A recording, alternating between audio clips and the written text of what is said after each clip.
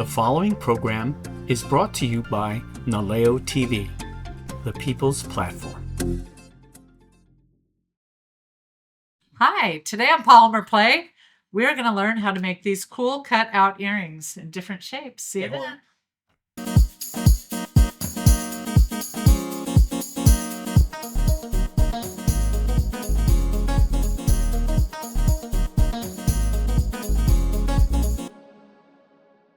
Aloha and welcome to the second season of Polymer Play with me, Barbara Hanson. I'm so excited about today. I'm going to do something completely different. We are going to be working with little cutters, and they're especially designed for polymer clay. And I have hearts, flowers, and crosses.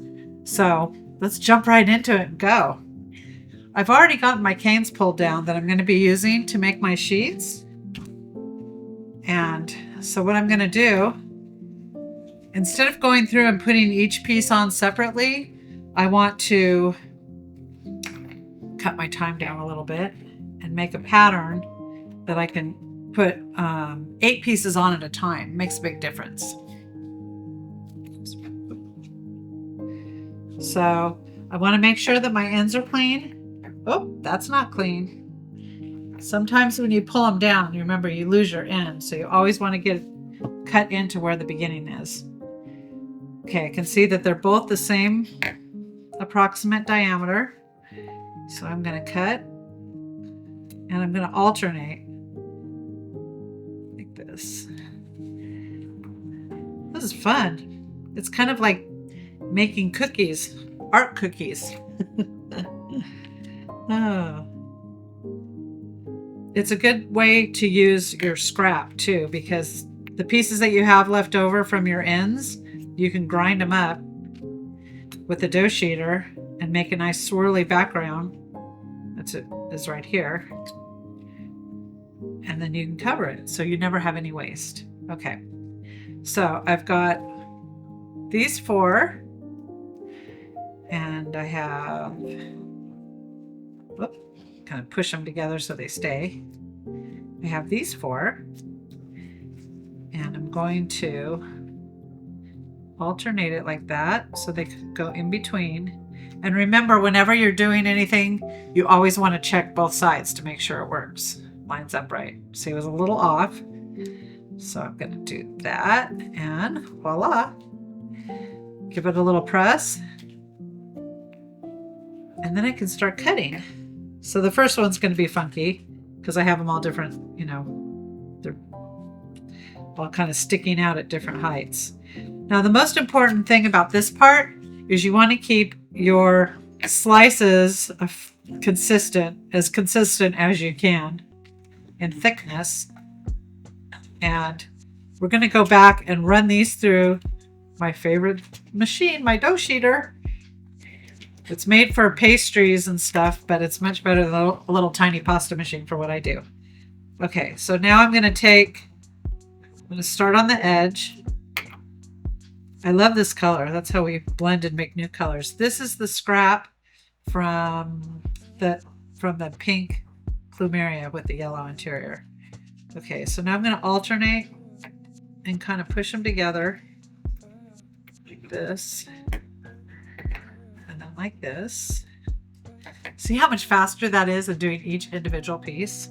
These are the tricks of the trade. And so I'm kind of trying to get these so that they line up. I want the least amount of space in between these that I can get. And so I'm going to just keep continuing. Now, I'm covering the whole space because the cutters that I have aren't super big. And so I wanted to get as many little tiny flowers in there as I can.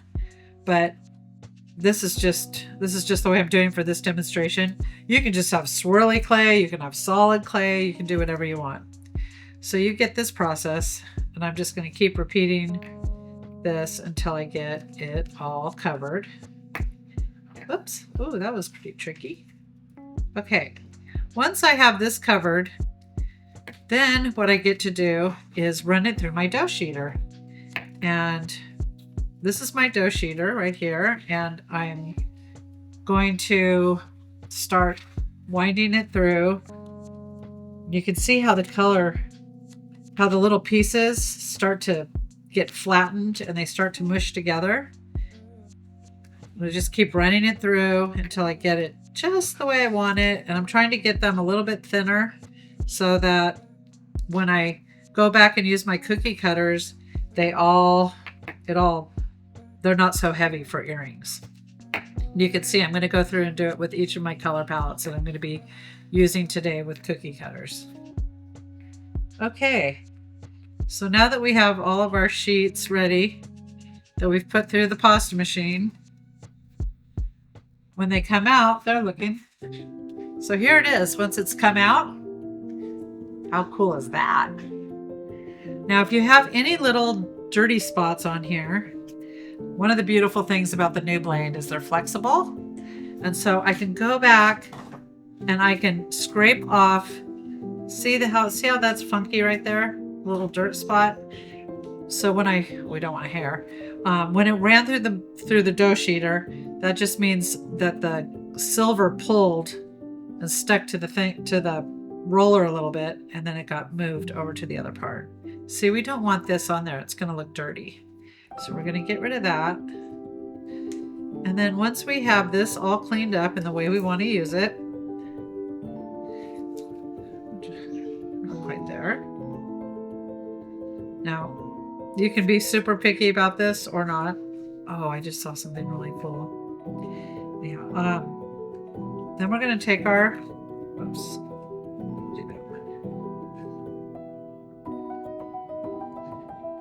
So now if I would have done these little pieces smaller, it would have been tighter because they're always going to pull when you run it through. So now what I do is I take this, I take the cookie cutter, I make sure I have exactly what I want inside here. And I don't like that. Let's see. Okay. Since it's in the inside, I'm going to push. The easiest thing is to just lift this up. And now I have my first little heart. You can see I'm wearing a pair with the green plumeria, and I actually made a heart and then I did a smaller heart in the center and took it out. I can show you how to do that.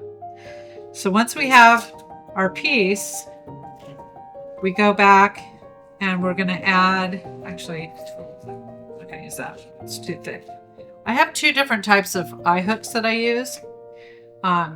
So you can see that these are a lot thinner. These are a lot thicker. This one gives you a stealthier grasp. Like if I'm doing a necklace or something, I would use the bigger one. But if I'm doing something like the heart, I would like a smaller one. And these particular ones come a little bit longer than I like. So I just take my little clippers and I clip off some excess. And then you can take this and I slide it right in here. And so remember, once it's fired, then you just take your plier, your little nipper plier things, and you pull it out, dip it in the glue, and put it back in. But by doing it now, what it does is it makes the perfect hole, so when it bakes, it just bakes perfectly around it. So of course I want to do two, because I want a matching pair of earrings. And then I think I want to make I think I might make a pendant like this. That'd be cool. Okay, so I do that. And then I'm going to make one more that I'm going to take a smaller one, go in the inside. Let's see. Here we go. Okay, so I have this. Oh, I need to do it this way. And you know, you can play with it. You can have it like offside. I don't know if you'd want to do it upside down. That doesn't make any sense, but let's see. Okay, push that down. The cool thing about doing it this way is you have two. That makes what I have on my ears. And it looks neat because you can tell it's the inside pattern of the other one. So the cutters are fun. You can do a lot of different things with them. All right, so then I would take if I'm going to make this into a pendant, I'm going to use the small one for the top. I mean the thicker one for the top. And I'm going to cut two of these at the same time down here. And I would put one in the bottom like this. So you can't make that too long, otherwise it will pop out the other side over here, and that won't work. So that's the bottom. The bigger one's the top. You want to have your circle this way because you're going to need to put a jump ring this way. Okay, so we've got that, and then this will be the little hanger for bottom. What a cute set. And for those of you that don't know how much I love hearts, my grandfather was born on Valentine's Day, so hearts are always like a big part of my life. Love you, Grandpa. Okay, next color concept we're gonna try is this. Now what's interesting with this one, remember when we ran it through and you saw how it kind of pulled funky on this side? Well, a couple things happened. One is I've used my dough sheeter for like 27 or 8 years, and the center of the rollers have worn down. So one side is really thin and the other side's thicker. So you get this interesting pull. And sometimes I use it on purpose when I'm trying to get a cool movement with a pattern. So loving that. So let's try to do this with the star. I don't know, a star, flower, however you want to visualize it. I'm not seeing anything that I have to scrape off with this color, which is awesome. Ooh, I like that. And then let's see. We can take, here's all the different cutter patterns. They have these online all over the place, and they have so many different patterns. They have all the holidays and geometric shapes. I've done circles before. They make really cool hoops. Okay, so I haven't done this yet. Ah, that's cute. Look, we can do the same thing like that. I better make another one so they match. All right, this is so fun. You could make Christmas ornaments like this. That would be cool. This is a fun thing to do with your family. All right, I'm gonna try and hit another one in there. Yeah. Oh, I've even seen people just do solid colors with these cutters, and that's cool too. But you know me, I never do anything simple. I like it complicated. All right, so we have that. Then we would go through and we could put the pin on the top, the pin on the bottom, and one here. I don't need to take the time to do that since I just showed you how. And then let's play with some other color. Let's see. With this one, okay, again, see the pull, how it pulls? That is awesome. That is so cool. This could also be put over like a plexiglass circle and made into a clock. There's just so many possibilities. Okay, with this one, I thought that this would make a really cool pendant. Okay. Do this. All right. Now the other thing you could do with these, which I did with one of my, with this, is when I did the heart, I added a little pin at the bottom and I just hung a little bead down there, which I thought was kind of cool, just for something different, add a little bit of bling. Okay, now we've got our cross. This one is going to be a pendant. So which one am I going to use? The bigger one. I'm going to put that in the top. Oh my gosh, that is so cute. All right. And maybe I'll make some little earrings to match. Do one. If you poke them through like this, you want to make sure that you're not dinging the pattern. You don't want to have a big like fingernail in there or something, or a divot. Okay. Oh, this is going to be cute. So again, there's just so many things you can do with these. Okay. Oh, the other cool thing I wanted to show you with the, oh wait, I guess we have one more. I get so excited, I just keep going. Let's try this one. This I think I want to do the big heart with a small heart cutout. Okay, one. And again. The other thing you could do, my table is clean and I can pull this clay on and off. But you notice if you push on your clay a whole bunch on your table, what happens is it sticks. And sometimes you have to go back with your blade and go, try and get it up. Or you can put a little bit of like cabinet wax paper or freezer paper underneath. Okay, I want to do that. I wonder if we did, this is fun, because this is all about experimenting and playing, doing whatever you want to, trying whatever you want. And I haven't done this. Whoa, that's cool. We're taking a heart and we cut out a star. That's pretty cool. Possibilities are endless with polymer clay. That's why we like to do polymer clay. Okay, so you kind of get the gist of how this is going, and just experiment and play with it. The other thing I wanted to show you that's cool to do when you have these stack up rolls like this is you can also make this into an earring. So if I cut here and take that, let's see, I'm going to experiment. Do I like it like that?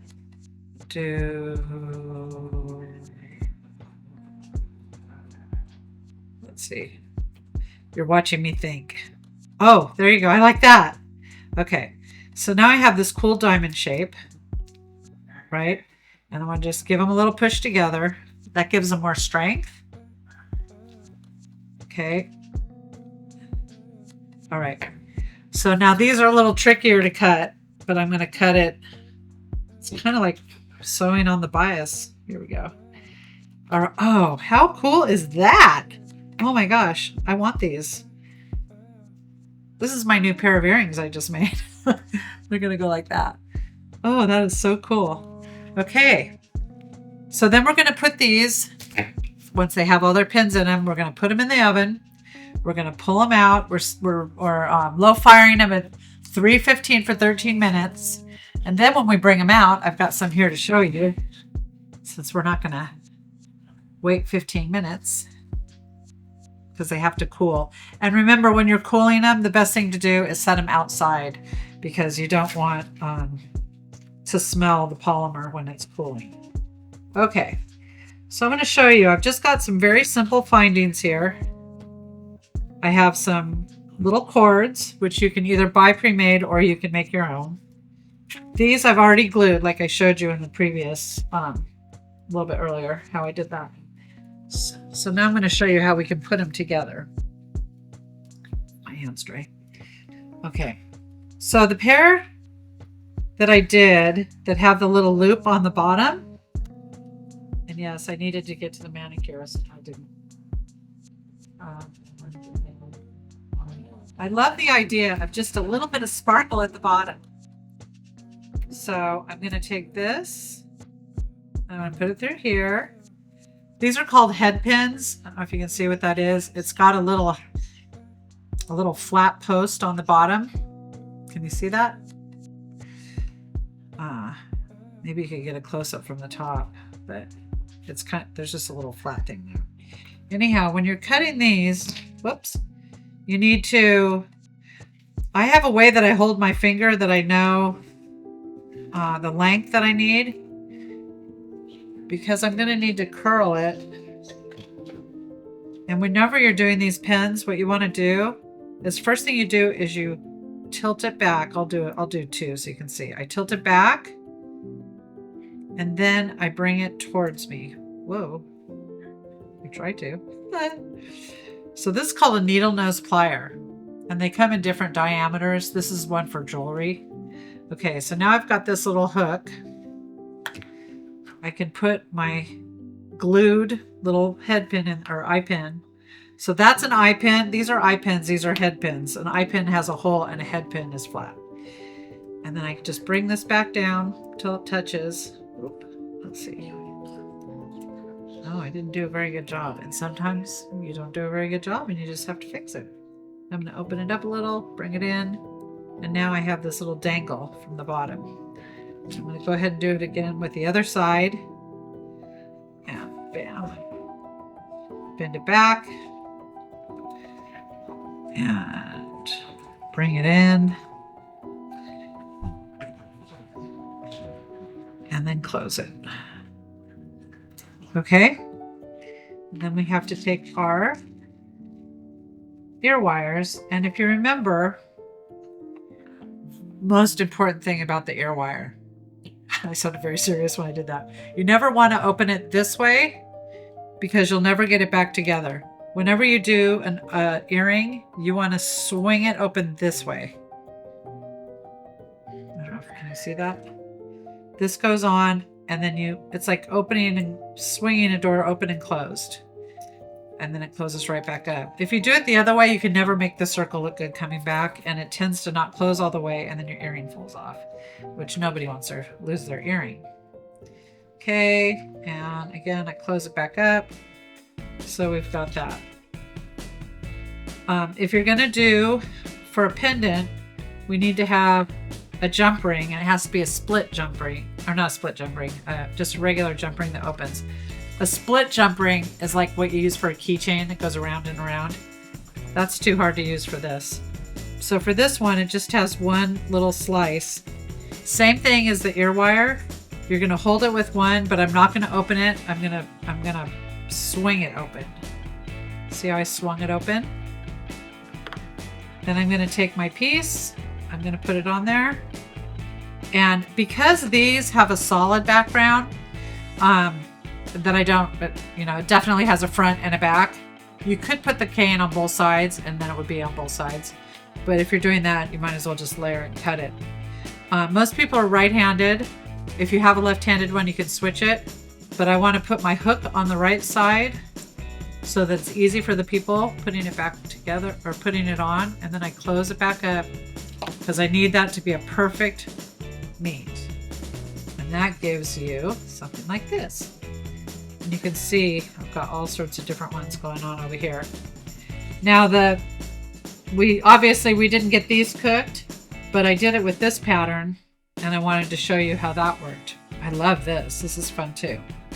So with these, same thing. The cool thing about this is it's going to be on both sides. I like that. And again, we'll add our ear wires. Remember the other cool thing about polymer clay is if it gets dirty, you can wash it. I swim in the ocean. I always have really cool earrings when I go swimming in the ocean. They pull my inner mermaid. Oh, that's fun. And they're lightweight and comfortable, so that's great too. All right, since we're talking about hearts, I've got one other quick little heart project I kind of wanted to throw in here as a little added bonus. If you don't have the cutters, and you want to make a heart, there is another way to do it. You can take some of your scrap that you have. I mean, you can use a solid color, but you don't want to waste a solid color if you can avoid it. So we take this, and then I'll take a cane, and I'm going to cut. Remember when we cut, we don't want a big long trailing thing. We just really want it shorter so it doesn't drag and pull. So here I go, I'm making little slices. And when I do this, I kind of like to do a variety of sizes because I know I'm going to get myself in a pickle if I think I can do it all the same. All right, so now I've got a few going on here. Okay, I have my ball, and it doesn't matter what color's in there. But as I put these on, I want to make sure that I'm not just randomly like sticking them all over. I'm trying to keep them as close and as tight as I can because I'm going to go back and I'm going to roll them in and they're going to be nice and smooth. And I use this technique on quite a few things. Oops, I cut enough. It's good to make you can make a keychain this way. If you're going to make a set of beads, you'd want to cut your scrap all at the same time so they matched. Anyhow, let's keep going through here.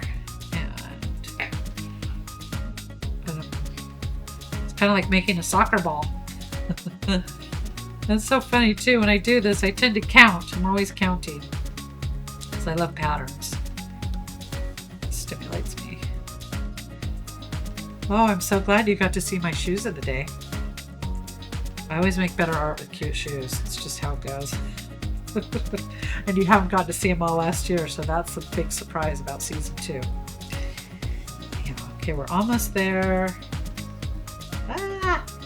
Kind of almost there. All right. This is when you need the time-lapse video, the cooking show. All right, 2 more. And I will show you what we get to do with this awesome thing. Okay. So now you can see that the ball is completely covered in slices, right? And then I would normally be wearing gloves. But I do tight little rolls. If I did big swirly rolls, it would kind of be like when you saw the way that the flowers kind of morphed on that sheet when it went in sideways. Okay, so I keep rolling. See how it's starting to come together? Keep going, keep going, keep going. And presto! I have a bead. This is how the Venetian glass beads are made. Now, if I want to take it and make a heart, I'm going to go back and I'm going to press it. You can make a turtle shell. You can do anything. This is just an awesome technique to have to make beads. See how I'm pushing in the center because I'm starting to form it into a heart? Oh, I love this pattern. I like setting the flowers in the silver like this because they just pop out at you. Okay, so there we go. We've got our heart. We would use one of the heavier duty eye pins in here, or not eye pin, yeah, eye pins. See, I'm talking to myself. It goes in there. How cool is that? Oh, I love that. That makes me really, really happy. That's so great. Well, this is, I like it all. So I guess I should recap what we got to do today so that you're able to do it at home. You're going to take the rolls that you made and you're going to roll them out long, take little slices, put them on your sheet of clay. If you don't have a pasta machine, you can also use a tool kind of like this and roll it. If you do that, make sure you're on some type of paper. Otherwise, for sure, your clay is going to stick to the table. If you don't have one of these, you can even use a rolling pin. I recommend not wood because wood will leave a grain mark, unless, of course, that's what you want it to do. Because there's no one way to do any of this. So once you have this, you can take your little cutters, you cut out your pieces.